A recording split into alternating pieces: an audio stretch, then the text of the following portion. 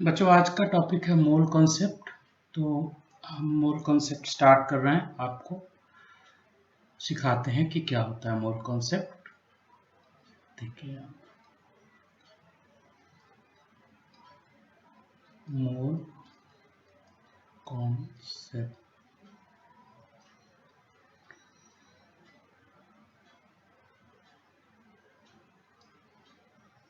Mole concept क्या होता है। देखिए मोल कॉन्सेप्ट क्या है बच्चों, सबसे पहले आपको बताएं कि जैसे काउंटिंग के लिए हम बहुत सारी यूनिट यूज़ करते हैं। कई बार चीज़ों को काउंट करने के लिए हम हंड्रेड्स का यूज़ करते हैं, थाउजेंड का यूज़ करते हैं, लैक्स का यूज़ करते हैं। ऐसे ही साइंस में या केमिस्ट्री में या फिजिक्स में हम चीज़ों को काउंट करने के लिए मोल का यूज़ करते हैं। अब मोल का यूज़ क्यों करते हैं ये जानना ज़रूरी है, क्योंकि मोल एक बहुत बड़ा नंबर है। मोल जो है एक बहुत बड़ा नंबर है और इससे जो चीज़ें हम काउंट करते हैं वो एक्चुअली में बहुत छोटी होती हैं। बहुत छोटी होती जैसे electron, proton, atoms, molecules, ions, ये सब काउंट करते हैं। इसका ये मतलब नहीं है बच्चों कि अगर हम छोटी चीज़ें काउंट करते हैं तो बड़ी चीज़ें हम काउंट नहीं कर सकते। तो ये भी एक नंबर है, एक संख्या है। आप इसको यूज़ करके आप कुछ भी काउंट कर सकते हैं। आप pen, pencil, boys, girls, cycle, motorcycle, coins, रुपया, पैसा, कुछ भी काउंट कर सकते हो। ये एक सिंपल नंबर है। जैसे आप बाकी नंबर्स यूज़ करते हो वैसे ये भी एक नंबर है। तो हम लोग क्या करेंगे, मोल को वैसे ही यूज़ करेंगे जैसे 100, 10, 1000, लैक्स, करोड़, डजन, इस सब का यूज़ करते हैं। ठीक है बच्चों। तो मैं आपको पहले ये बताता हूँ कि मोल होता क्या है, व्हाट इज मोल। तो यहाँ पे देखिए व्हाट इज मोल। पहले ये समझते हैं कि मोल हम कहते किसको हैं। ठीक है, तो यहाँ पर देखो बच्चों मोल क्या होता है। सो देखिए जैसे मैं यहाँ पर कोई एक सब्सटेंस ले रहा हूँ, इसको हम C12 बोलते हैं। C12 कार्बन के देखिए बहुत सारे आइसोटोप्स होते हैं, C12, C13, C14।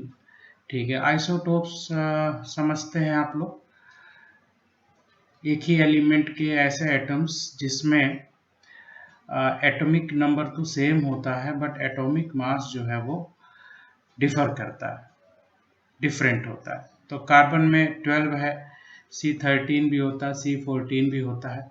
ठीक है, जैसे C12 है, C13 है, C14 है, ये सब क्या है, आइसोटोप्स हैं। These are called isotopes. ऐसे ही आप H1, H2, H3 होता है बच्चों, ये हाइड्रोजन के आइसोटोप्स हैं। सो अगर आपने इसके बारे में नहीं सुना है तो मैं आपको बताऊंगा ये। अभी बहरहाल हम लोग मोल की जो डेफिनेशन है वो कंप्लीट करते हैं। ठीक है बच्चों, तो यहाँ पर देखिए मोल है क्या। मोल को अगर हम डिफाइन करना चाहें तो ये हो जाएगा, it is equal to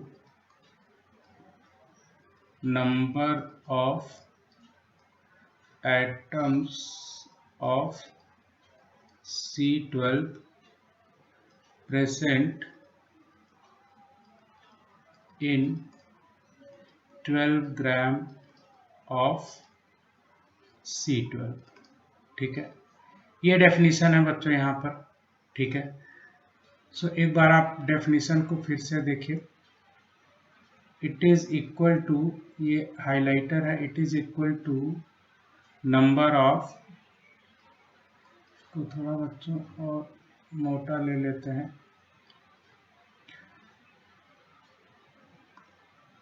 it is equal to atoms of C12 present in 12 gram of C12। So ये exactly स्टूडेंट्स ये है क्या, ये हमको बता रहा है कि मोल किसको बोलते हैं। तो मोल जो है बच्चों, अगर हम ये क्या लिया हमने यहाँ पर C12 लिया है, तो C12 आपको पता है कार्बन है, कार्बन का कुछ यहाँ पे अमाउंट ले लिया है, और इस अमाउंट का मास ये कितना है, ये हमने लिया है आपका ये 12 ग्राम। अब 12 ग्राम लिया है तो 12 ग्राम में एटम्स तो होंगे ही कार्बन के। अब C12 लिया है तो C12 के ही एटम्स होंगे इसमें, तो वो कितने एटम्स होंगे? तो ये साइंटिस्ट का कहना है कि ये जो एटम्स हैं वो 6.023 इंटू 10⁻23 एटम्स यहाँ पर होते हैं, इतने एटम्स होते हैं। ये आपको याद रखना है कि इतने एटम्स होते हैं। इसी नंबर को स्टूडेंट्स हम लोग मोल बोलते हैं, यही हमारा 1 मोल है, या इसी को हम अवोगाड्रो नंबर Na लिखते हैं। ठीक है, अवोगाड्रो नंबर भी इसी को बोलता है। मैं आपको बता दूं, अवोगाड्रो नंबर बोलने का ये रीज़न नहीं है कि इसको अवोगाड्रो ने डिस्कवर किया था, बिल्कुल नहीं किया था अवोगाड्रो ने इसको डिस्कवर बाय रिसर्च किया गया था। ठीक है, और इसकी डेफिनेशन डिफाइन की गई थी। अवोगाड्रो को ऑनर प्रोवाइड करने के लिए, अवोगाड्रो एक बहुत महान साइंटिस्ट थे, he was a great scientist, so उनको ऑनर प्रोवाइड करने के लिए बच्चों इसका जो नाम है वो अवोगाड्रो नंबर रखा गया था। ठीक है, अब हम लोग जानते हैं कि ये जो नंबर है वो क्यों इतना बड़ा नंबर है, या क्यों बच्चों ये इस तरह का जो है ये नंबर लिया गया है। इसका थोड़ा अंदाजा लगाते हैं, इस नंबर के बारे में और सोचते हैं थोड़ा सा। ठीक है, तो स्टूडेंट्स आप ऐसे देखो कि 1 मोल जो है it's a very large number, 6.023 into 10⁻23। आप कुछ भी लोगे 1 मोल में तो इतनी चीज़ें आ जाएंगी। जैसे अगर मैं 1 मोल क्वाइंस ले लूँ, क्वाइंस माने सिक्के, तो उसमें कितने हो जाएंगे? 6.023 इंटू 10⁻23 क्वाइंस हो जाएंगे बच्चों। और अगर मैं 1 मोल इलेक्ट्रॉन्स ले लूँ E-, तो उसमें इतने ही आपके इलेक्ट्रॉन्स हो जाएंगे। और अगर मैं 1 मोल यहाँ पर O2 के मॉलिक्यूल्स ले लूँ तो इसमें क्या हो जाएगा? 6.023 इंटू 10⁻23 आपका O2 का मॉलिक्यूल हो जाएगा। और अगर मैं 1 मोल पेन ले लूँ, पेन्स, तो 6.023 इंटू 10⁻23 पेन्स हो जाएंगे। तो आई होप आप समझ रहे होंगे कि मैं आपको क्या समझाना चाह रहा हूँ। मोल का जो मतलब है वो ये है। अब आप जैसे कभी कभी लेते हो 1, आपने कहा जी हम 100 पेन्स लेंगे, तो 100 जब आप पेन्स लोगे यहाँ पर तो आपको कितने होंगे? 100 पेन हो जाएंगे। तो जब आपने 100 पेन्स लिए तो इतने हुए, तो मोल, इसका मतलब मोल जो है 1 मोल की वैल्यू इसके बराबर होती है। ऐसे स्टूडेंट्स यहाँ पे 1 मोल आप जो है और कुछ ले सकते हो। 1 मोल आप जो है अमोनिया का मॉलिक्यूल ले सकते हो, भाई ये तो बना ही है छोटे पार्टिकल्स को लेने के लिए। तो ये 6.023 इंटू 10⁻23 आपके अमोनिया के मॉलिक्यूल्स हो जाएंगे। सो बच्चों आपको ये समझ में आ गया होगा कि मोल क्या होता है। मोल से रिलेटेड हम कुछ और बातें आपको यहाँ पे बता रहे हैं। जैसे देखिए, अगर हमें किसी एटम्स के मोल रिप्रेजेंट करने हो, ठीक है, to represent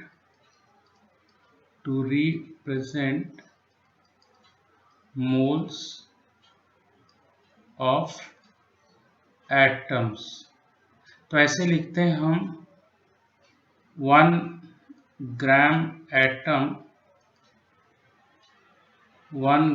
atom equals to यहाँ पे 1 मोल एटम स्टूडेंट्स आता है। और यहाँ पर to represent moles of molecules 1 gram molecule equal to 1 mole molecule होता है। बहुत काम का है, इसको आप याद रखिएगा। And similarly to represent moles of ions,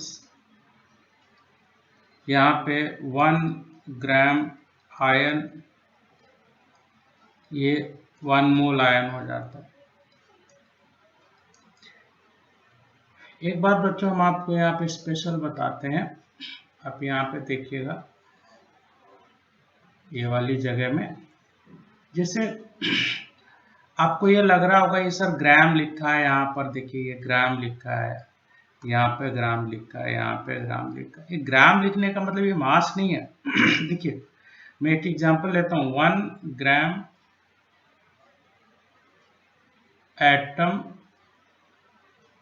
of sodium is not equal to 1 gram of sodium atoms.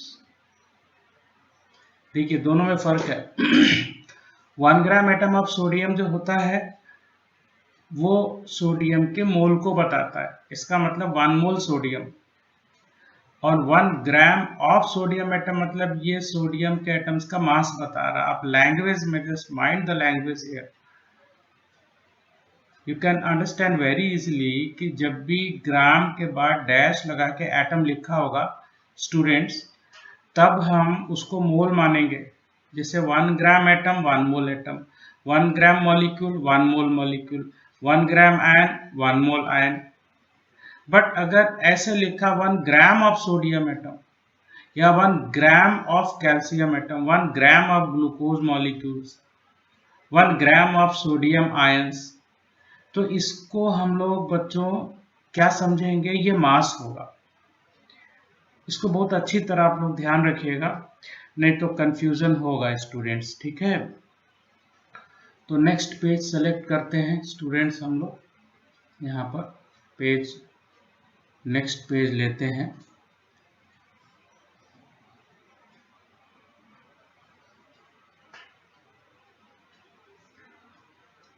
यहाँ से, ठीक है, अब आ जाइए।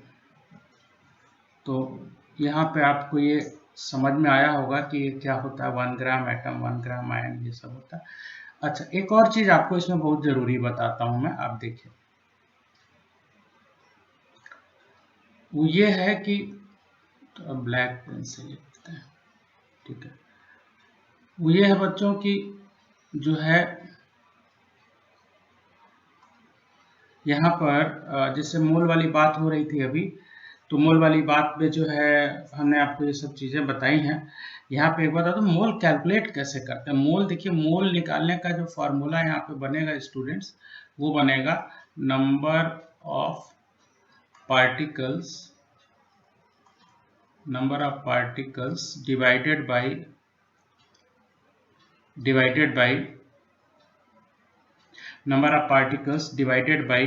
6.023 into 10⁻³ अब आप देखिए नंबर ऑफ पार्टिकल्स, अब नंबर ऑफ पार्टिकल्स की जगह तो कुछ भी ले सकते हो, number of electrons, number of protons, number of CO2 molecules, number of N2 molecules, अब जो भी रखो भाई। जैसे अगर आपको डजन निकालने हैं तो क्या करते हो, दर्जन निकालने के लिए क्या करते हो, कोई भी आपको नंबर दिया उसमें 12 से डिवाइड करते हो। नंबर ऑफ हंड्रेड्स निकालने हैं तो क्या करते हो, कोई भी नंबर दिया तो उसमें आप 100 से डिवाइड करते हो। तभी आपको मोल निकालना है तो क्या करना है, नंबर ऑफ पार्टिकल्स जो भी आपको दिए हैं उसको आप अवोगाड्रो नंबर से आप डिवाइड करोगे। For example, how many moles of calcium atoms are present in 10 to the power 6 Ca atoms. I mean आपको कैल्शियम के 10 की पावर 6 एटम्स लिए, इसमें मोल पूछ रहा है, तो कैसे निकालोगे? अब नंबर ऑफ पार्टिकल्स ऊपर रखना, नंबर ऑफ पार्टिकल्स आप क्या रखिए, आप नंबर ऑफ पार्टिकल्स देखिए यहाँ पर, आप यहाँ पे रखिए। अब नंबर ऑफ पार्टिकल्स आप यहाँ पे रखेंगे, ठीक है, तो बच्चों क्या हो जाएगा, ये आप समझ रहे हैं, ये आ जाएगा 10 की power 6 upon 6.023 into 10 to the power 23, ठीक है। तो ये आपका क्या आ गया, ये मोल आ गया। दूसरा एग्जांपल देखिए, how many moles of electrons are present in 1 kg electron. यहाँ मास ऑफ इलेक्ट्रॉन आपको दिया है क्वेश्चन में, that is 9.1 into 10 to the power -31 kg।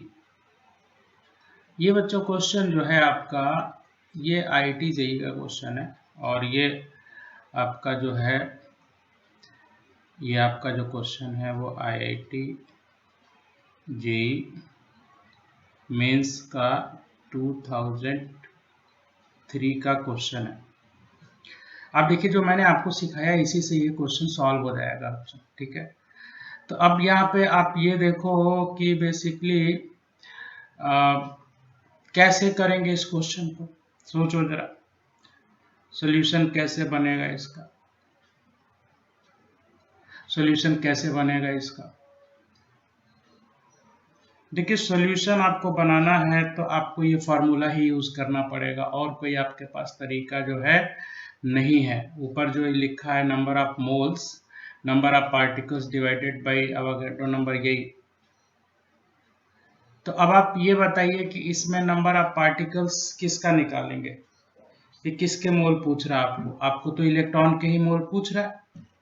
तो बच्चों कैसे निकालोगे इसका, आप एक काम करो, फार्मूला लिखते हैं पहले, mole equals to, that is number of particles divided by 6.023 into 10 raised to the power 23, इधर आ जाते हैं, ठीक है। यहाँ पे देखो,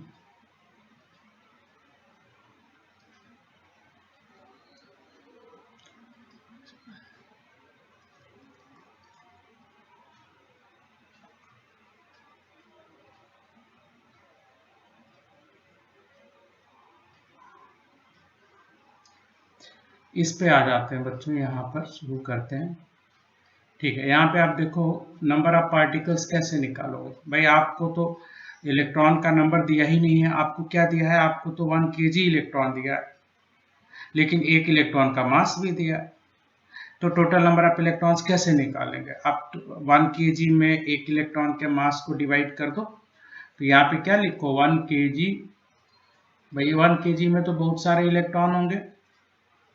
यहाँ पे क्या करना है आपको, 9.1 इंटू 10 टू द पावर -31 से डिवाइड कर दो, तो ये क्या आ गया आपको, नंबर ऑफ इलेक्ट्रॉन्स आ गया, ठीक है।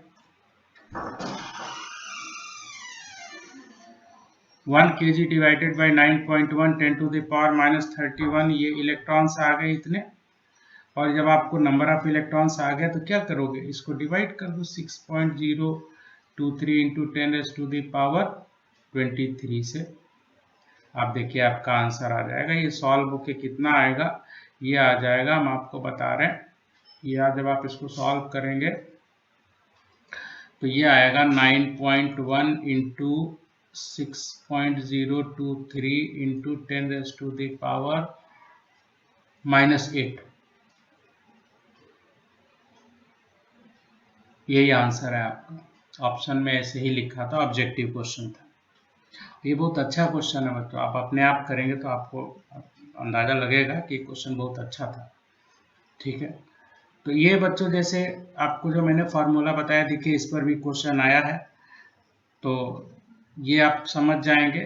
ठीक है, इसके बाद देखिए मैं आपको कुछ और क्वेश्चंस कराता हूँ जो आपको और ज़्यादा क्लियर करेगा कॉन्सेप्ट मोल के बारे में। ठीक है, तो स्टूडेंट्स देखिए क्वेश्चन, देखिए मैं लिख रहा हूँ। क्वेश्चन ये है, क्वेश्चन है how many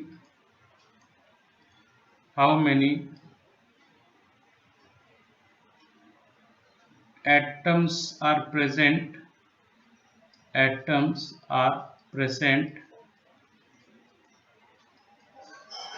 how many atoms are present in 0.1 mole ammonia. देखिए बहुत बेसिक सा क्वेश्चन है, how many atoms are present in 0.1 mole ammonia. तो एटम्स मतलब सभी तरह के एटम्स। आपको अमोनिया में पहले बात तो ये देखो, एक अमोनिया मॉलिक्यूल में कितने हैं आपके atoms? 3 hydrogen atoms and 1 nitrogen atom, so there are 4 atoms in 1 molecule of ammonia.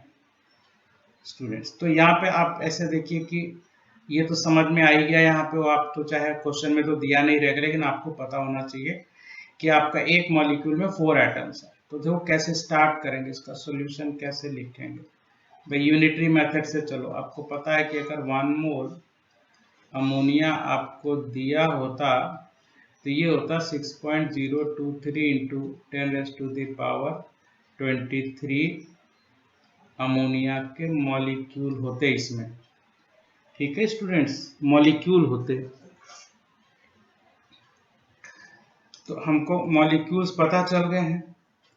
अब आप देखिए ये तो 1 मोल में है, हमारे पास कितना दिया हमको? ये 0.1 मोल दिया है। तो इन 0.1 मोल कितना हो जाएगा ये? इन 0.1 मोल 0.1 इंटू 6.023 इंटू 10⁻23 अमोनिया के मॉलिक्यूल्स हुए इसमें। ठीक है, तो आप समझ रहे हैं कि इन 0.1 मोल ये हो जाएगा आपको। अब ये हमारे पास क्या है? ये आपके टोटल जो है स्टूडेंट्स, ये अमोनिया के मॉलिक्यूल्स हैं। अभी एटम्स नहीं निकाले हमने, अभी तो हमने ये निकाला कि हमारे पास 0.1 मोल में कितना अमोनिया था। अब as we know that one ammonia molecule has how many atoms? So 4 atoms, 4 atoms।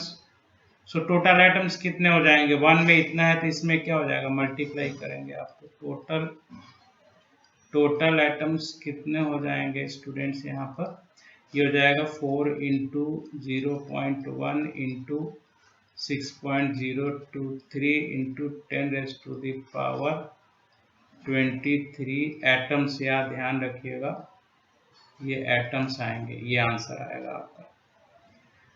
कुछ और एग्जांपल्स बच्चों देता हूं मैं आपको, जिससे और क्लैरिटी आ जाए।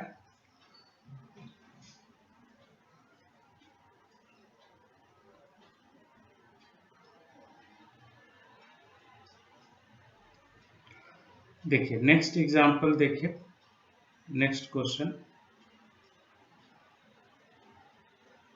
How many carbon atoms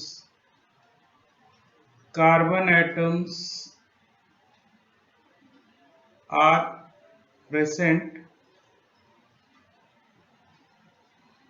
in 10⁻³ moles of C6H6। आपको पता है C6H6 क्या होता है? बेंजीन बोलते हैं इसे। बेंजीन का मॉलिक्यूल होता है। एक बेंजीन के मॉलिक्यूल में कितने हाइड्रोजन है? 6। कार्बन कितने? ये भी 6 है। ठीक है, तो अब आप देखिए बच्चों इसका सॉल्यूशन कैसे करते हैं। सॉल्यूशन के लिए हम कलर चेंज कर दे रहे हैं सो दैट आपको थोड़ा सा ज़्यादा विजिबल लगे। ठीक है, तो यहाँ पे देखिए, यहाँ पे हम सॉल्यूशन इसका करते हैं। तो देखिए बच्चों, सोचना होता है, सबसे पहले कैसे सोचेंगे भाई, कैसे करेंगे। आप जरा एक बार देखो, आपको दिया है मोल, तो मोल से क्या निकालो, मॉलिक्यूल्स, मॉलिक्यूल्स निकालो, मॉलिक्यूल से क्या निकालो, कार्बन एटम्स निकाल लो। ये तो पता ही है कि एक बेंजीन में 6 कार्बन है, ये तो पता ही है 6 कार्बन है। तो मोल दिया, मोल से मॉलिक्यूल निकालेंगे, मॉलिक्यूल से कार्बन एटम्स निकालेंगे। तो देखते, तो as we know that one mole benzene अगर आप लेते तो इसमें सीधे लिख दें, एक मॉलिक्यूल में 6 कार्बन है तो 1 मोल में कितना हो जाता। चलो अच्छा, नॉर्मली करते हैं। 1 मोल बेंजीन में कितना होता, 6.023 इंटू 10⁻³ बेंजीन हो जाता है स्टूडेंट, ठीक है। अच्छा, 1 मोल में इतना बेंजीन हो जाता। अब हमारे पास कितना दिया, हमको तो दिया 10⁻³ तो 10⁻³ मोल होगा बच्चों, तो 10⁻³ बेंजीन होगा तो क्या हो जाएगा, अब मल्टीप्लाई कर दो। इसमें क्या है, तो बहुत आसान है। आप देखो, ये आप ऐसे कर दो, 6.023 इंटू 10⁻23 बेंजीन। अब देखो हमारे पास बेंजीन के मॉलिक्यूल्स आ गए, हमको ये पता चल गया हमारे पास इतना सारा बेंजीन है, 10⁻³ आप इसको अगर सॉल्व करोगे तो क्या आएगा। ऐसे सॉल्व मैं इसलिए नहीं करता हूं कि आपको देख के समझ में आ जाए, ठीक है। सॉल्व करने में 6.023 इंटू 10⁻³ क्या हो जाएगा, ये 20 हो जाएगा, ठीक है। तो इतने मॉलिक्यूल्स हमारे पास हैं, आप देखिए टोटल बेंजीन के इतने मॉलिक्यूल्स, और ये पता है कि एक मॉलिक्यूल में कितना, 1C6H6 में कितना है, there are 6 carbon atoms, 6 atoms हैं बच्चों यहाँ पर, ठीक है। 6 एटम्स हैं यहाँ पर, 6 कार्बन एटम्स हैं, 6 कार्बन एटम्स हैं बच्चों, 6 कार्बन के एटम्स हैं यहाँ पे। सो टोटल कार्बन एटम्स कितने हो गए स्टूडेंट्स, टोटल कार्बन एटम्स कितने हो गए, ये हो गए आपके 6 इंटू 6.023 इंटू 10⁻20 यहाँ पे कार्बन एटम्स, कार्बन एटम्स, ये आंसर है आपका। ये जो लास्ट में आया है ये आंसर है, ये आंसर, ठीक है। सो आई होप समझ में आ गया होगा आप लोग ये वाला क्वेश्चन भी, ठीक है बच्चों। अब एक बड़ा क्वेश्चन लेते हैं जिसमें हम और चीजें कैलकुलेट करेंगे और आपको वो समझ में आएगा। अब देखिए क्वेश्चन मैं इधर ले लेता हूं और वहां पे हम सॉल्व करेंगे, ठीक है। क्वेश्चन है, find the following in 10⁻⁻6 moles of glucose C6H12O6। First, carbon atoms total आपको बताने हैं, carbon atoms. Second, hydrogen atoms. Third, total oxygen atoms, and fourth students, all atoms, all total atoms, all atoms। 4 question है, इन चारों question में हम देखते हैं कैसे वर्कआउट करते हैं इसको। आपको भी थोड़ा थोड़ा आइडिया लग गया होगा कैसे करेंगे, तो स्टार्ट करते हैं।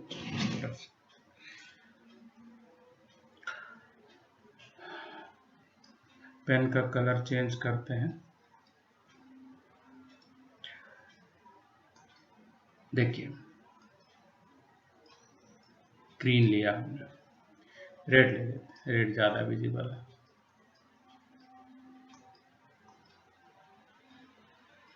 ऐसे ठीक है। देखिए सबसे पहले तो वही हमारे पास, आप देखो कितना मोल यहाँ पे दिया है। तो बच्चों 10 की पावर, आप सबसे पहले तो ये लिखो, आप छोड़ो, आप लिखो 1 मोल, आप लोग देखो 1 मोल ग्लूकोज C6H12O6, इसमें कितना होगा 6.023 10⁻⁻23 होगा ग्लूकोज C6H12 ऐसे, ठीक है। और आपको कितना दिया 10⁻⁻6 मोल दिया ग्लूकोज C6H12O6। तो ये क्या करो, मल्टीप्लाई कर दो 10⁻⁻6 इंटू 6.023 10⁻23 ग्लूकोज, ठीक है बच्चों। तो ये कितना आ जाएगा, आप चाहे ऐसे रहने दो या कर लेते हैं, चलो 6.023 इंटू 10⁻⁻17 हो जाएगा, ग्लूकोज के मॉलिक्यूल्स आ गए ये। अब फर्स्ट क्वेश्चन देखते हैं। फर्स्ट में देखो क्या लिखा है, आपको कार्बन एटम्स बताने हैं। तो भाई कार्बन एटम्स कैसे बताओगे, आप बताओ। एक 1 अगर हम C6H12O6 लेते हैं तो इसमें कितना कार्बन है, 6 एटम है कार्बन का, ठीक है। तो अगर 6 एटम है तो ठीक है, हमारे पास ये तो पता ही चल गया कि टोटल ग्लूकोज के मॉलिक्यूल्स कितने हैं। तो आप देखो यहाँ पे अगर हमको ये पता है कि कितने हैं यहाँ पर, ये है, तो स्टूडेंट्स ये तो पता ही है हमको। आप देखिए यहाँ पर, तो अब अगर इतने सारे मॉलिक्यूल हैं और कार्बन हमको पता करना है तो कैसे पता करेंगे। तो आप देखो यहाँ पे सीधी सी बात है, आप 6 से मल्टीप्लाई कर दो इसमें, 6.023 इंटू 10⁻⁻17। यहाँ क्या लिखोगे, कार्बन एटम्स, ठीक है स्टूडेंट्स। सेकेंड नंबर पे क्या करना है आपको, हाइड्रोजन बताना है। तो H एटम्स बताने हैं, तो आप ये बताओ एक मॉलिक्यूल में कितने हाइड्रोजन एटम्स हैं। तो 1 ग्लूकोज C6H12O6 लोगे तो इसमें कितने 12 हैं, 12 हाइड्रोजन एटम्स हैं। तो आप क्या करोगे, H एटम्स कैसे निकालोगे, टोटल हाइड्रोजन 12 इंटू आप 6 इंटू 023 10⁻20 नॉट 20, इट्स माई, ये थोड़ा गड़बड़ हो गया स्टूडेंट्स, ये यहीं पर ये +7, ये प्लस होगा, यहाँ पर भी प्लस होगा, और चलो ये आपका जस्ट अ मिनट, हाँ थोड़ा जल्दबाजी में लिख गया था। तो ये आपका हो जाएगा 17, ये 17 और हाइड्रोजन एटम्स हो गए। और थर्ड में क्या करेंगे हम, थर्ड में मैं सीधे आंसर लिख देता हूँ। ऑक्सीजन एटम्स हैं तो एक में 6 ऑक्सीजन है, देखो। तो आप क्या लिखोगे, 6 इंटू 6.023 10⁻17 ऑक्सीजन एटम्स। अच्छा स्टूडेंट्स, लास्ट में जो है वो आपका जो फोर्थ नंबर है ऑल एटम्स। तो ऑल एटम्स कितने आप गिन लो, 6 कार्बन है, 12 हाइड्रोजन एंड 6 ऑक्सीजन है। So there are 24 atoms in one molecule of glucose.